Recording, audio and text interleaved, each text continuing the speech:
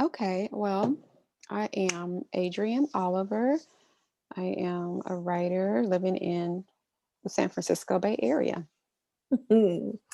You are a writer, and I see I have to do the introduction, and creative writing professor, Lainey, Hmm. and creator of Black Gold Storytellers, right? Project, Yes. do we want to call it? Hmm. Okay. Which people can find at www.blackgoldstorytellers.com. Yes. Yeah. Okay. And I And should, go well, ahead. I was going to say about the healing writing circles because I Yep. forgot to mention that. Hmm. So I also lead healing writing circles um, for Black writers, and those are once a month at the end of every month. Yes. And how has your writing been going? How's everything been going writing wise since we last checked again? Yeah, it's been going good. From life-changing writing, I was actually able to establish a writing group. Mm.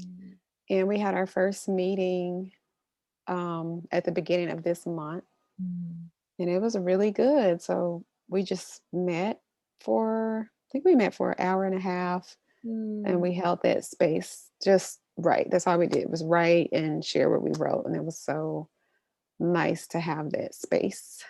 Oh. Are y'all gonna meet So again? yeah, so thank you for that. I got a writing group out Yay. of participating. Yes, we're gonna meet regularly.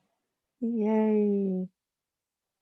And that group is kind of interesting. Well, the group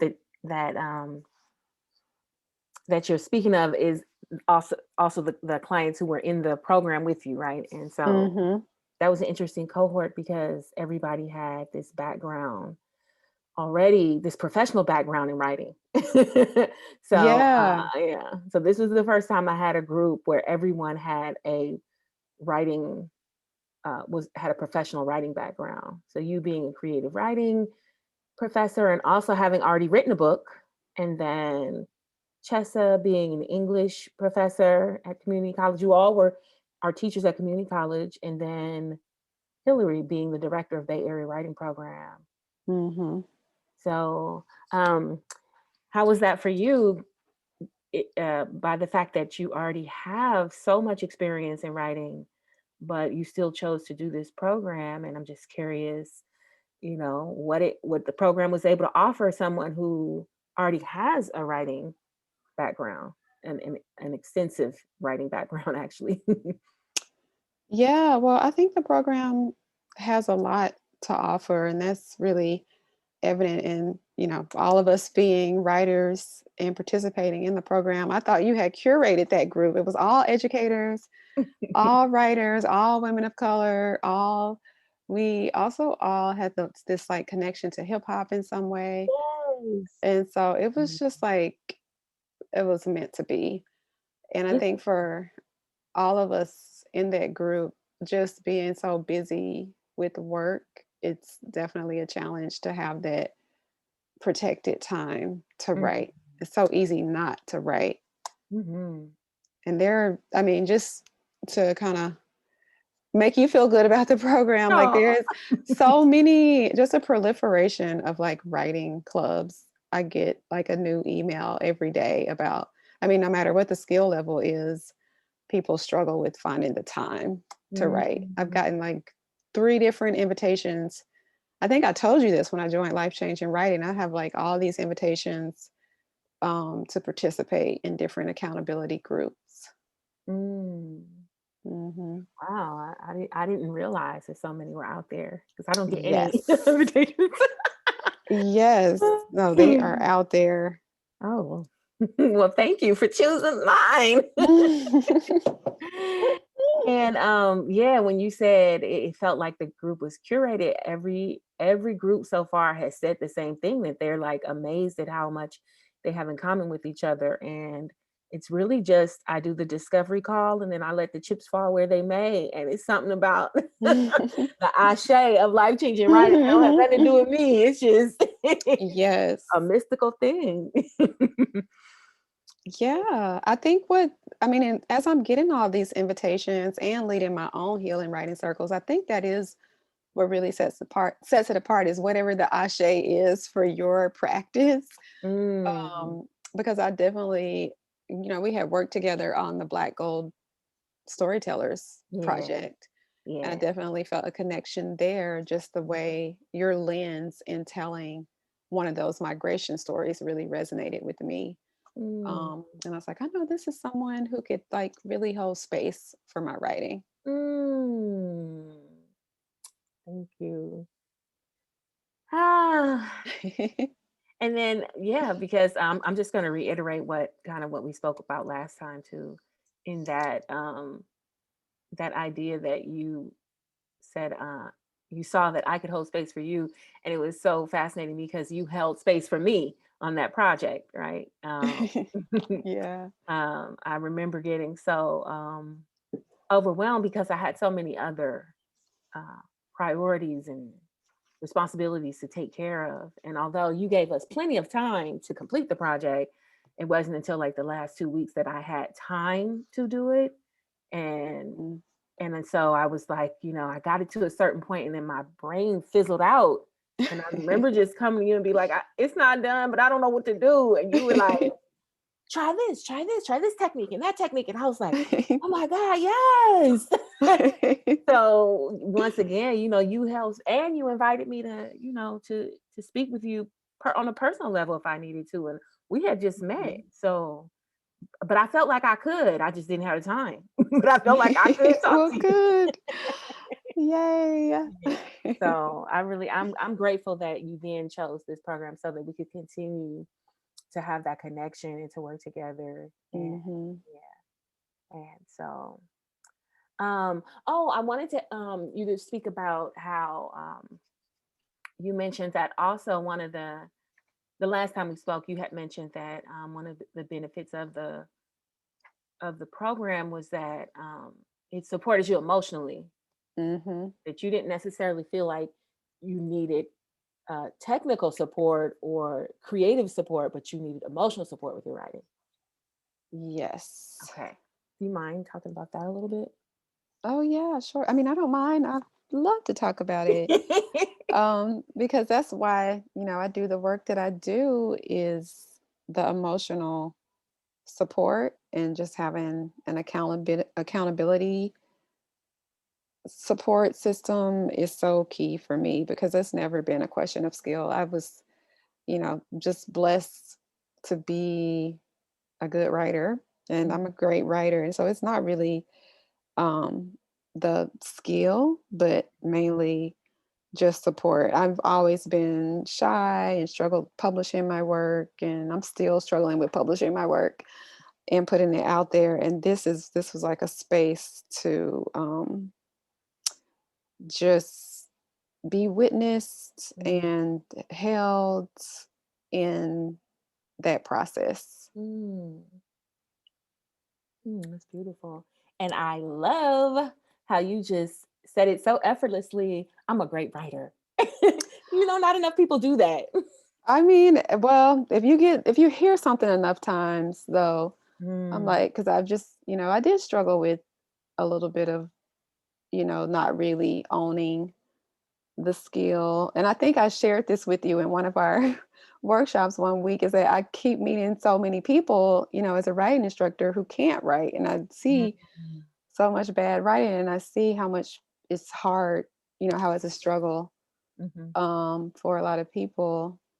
And writing is a struggle, but I think it's different when it comes with ease because there's a such thing as a struggle, but then like a ease struggle, if that makes sense. yeah, I think it's like, for example, how I perceive it is like I can struggle with it, but I know that in the end it's gonna turn out okay. It's gonna Right, be something good versus struggling and not knowing like I don't even know how to get to the next point or what the next point's gonna be or if right. it's gonna be good. Yeah. Mhm. Yes. Yeah. And let's talk about Stella. This wonderful, Yes. beautiful story that you were working on in the program. Yeah, well, first, I wanted to be sure to give you credit for just like, because when I first signed up for Life Changing Writing, I didn't know I was going to write this story. Mm. I don't know if you remember, I was like, I have no idea. I have all these multiple projects Mhm. that I'm working on. So I just wanted to slow down and appreciate the discovery process that you led Mm. us through to deciding what to write about. Because I saw it, within my cohort too. Like none of us knew what we were going to write about. We just Mm. had this little piece of something, and you really coached us to help us see that that little piece was worth exploring on a deeper level, was worth really bringing to the surface and giving more space. So I'm really grateful for just that lens of how valuable the story is and just your response to it. Mhm. Um, as a standalone story, really helped me. It just really helped nurture me as a storyteller to, in turn, nurture that story. Mm. So thank you for that. And the story is so profound. Everybody's work became so profound. I forgot that when people came in, they weren't sure which direction. Yeah, we didn't know. I was like, I got this and this and this. I do And I remember remember that now, Hillary was now the that you bring it same. up. Yeah, I was like, yeah. And I remember Hillary was the same and Chessa was the same. It's just like, oh, help us. Because I do remember thinking with you, I was like, oh my God, I don't know. What is she? Is she going to choose something before it's over? Yeah. Yeah. Wow. So I'm grateful. I didn't even realize the Yes.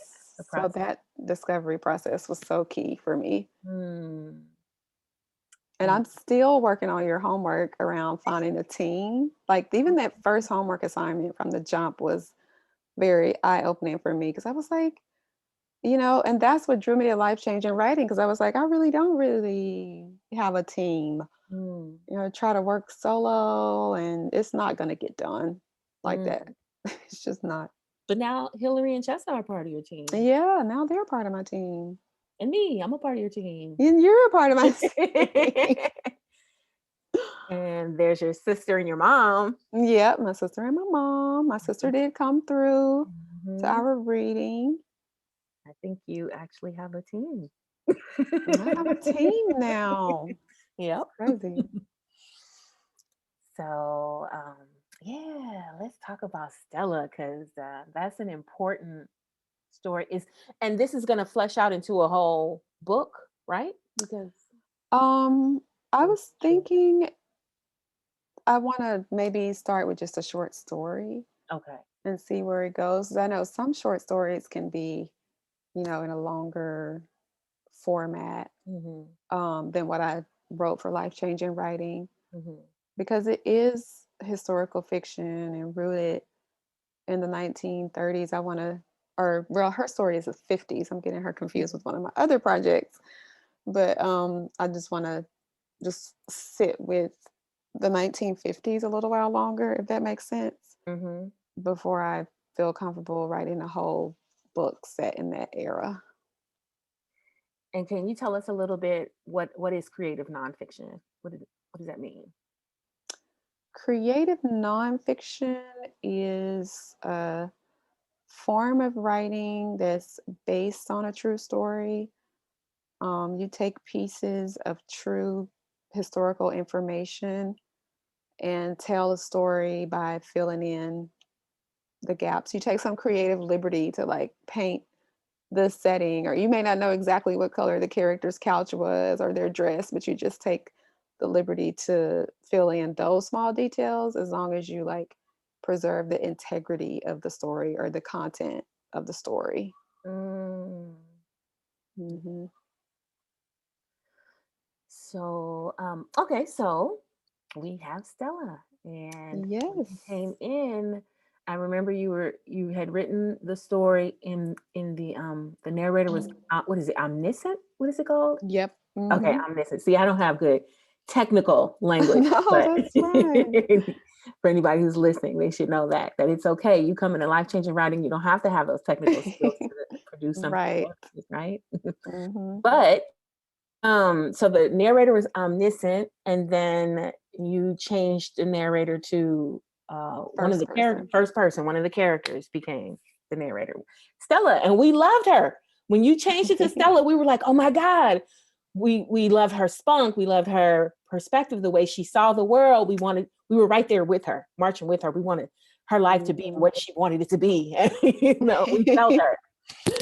And I wanted Yes. you to talk about why Stella is so important beyond the fact that she is a relative Aunt. of yours, aunt. Mhm. Okay, yeah, which is important within itself, but she represents something that we talked about that seems lost for some Yeah. reason.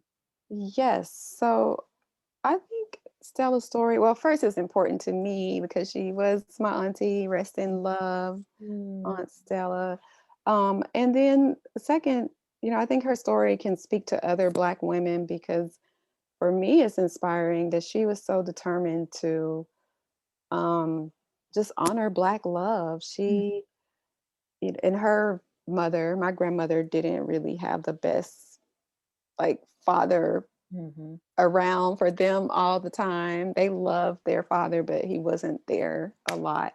mhm, And so I mean, just for her to decide, I feel like she decided. I don't know if my uncle had anything to do.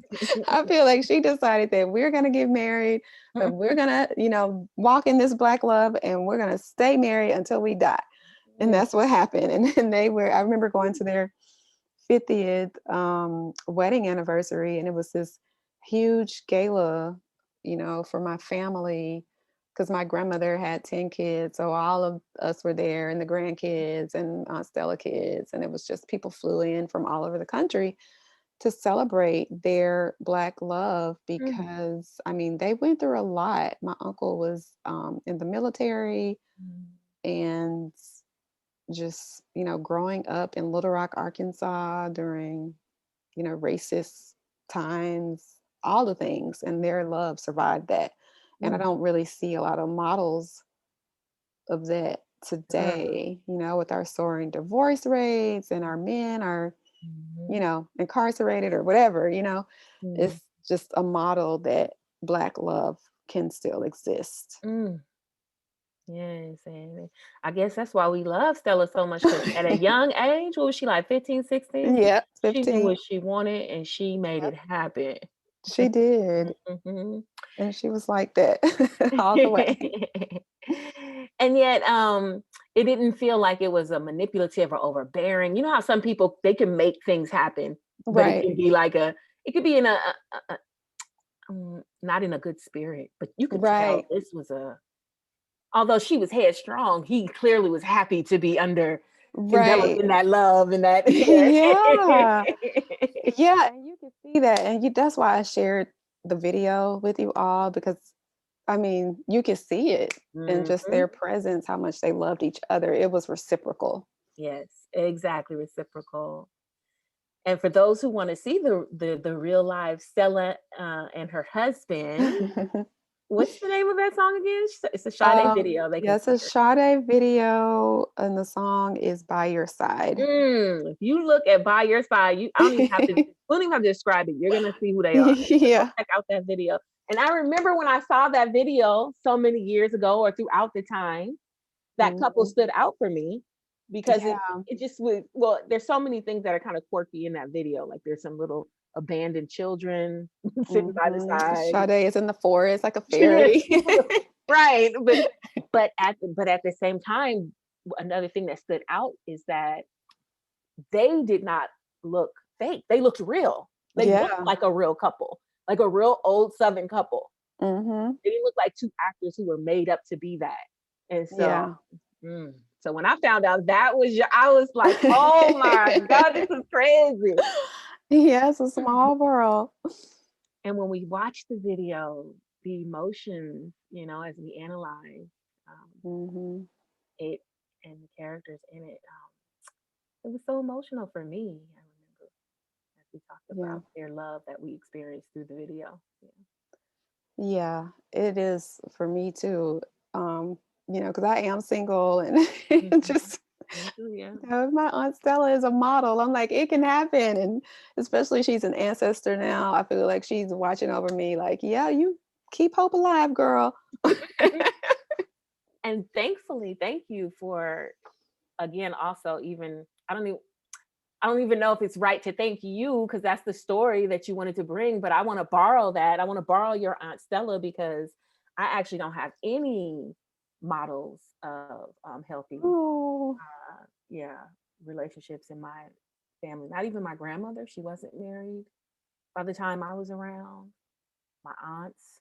Yeah. oh wow. Oh my gosh. See, you making me No, teary thank eyed now. you. Like, I gotta tell this story. You got to. And then my just to add on to your tears, my my daughters always complain like, "Oh, it's so hard out here," and they specifically come, "Oh, these Bay Area men." And I mean, I try to coach them through like you can't just make Mhm. blanket statements like that, but Yeah. at the same time, I do see that it feels even harder for them to find male figures to connect with than it did even Mhm. for me at their age, So, Yeah. yes, yes. Thank you. See, life changing. I would never see that story that way, but now Mhm. I really feel inspired. Oh, well, thank you, Adrienne. Thank you. This was so sweet, beautiful. I'm glad we were able to do this again like this. Yeah, me too. Well, everybody, go check out the website www.black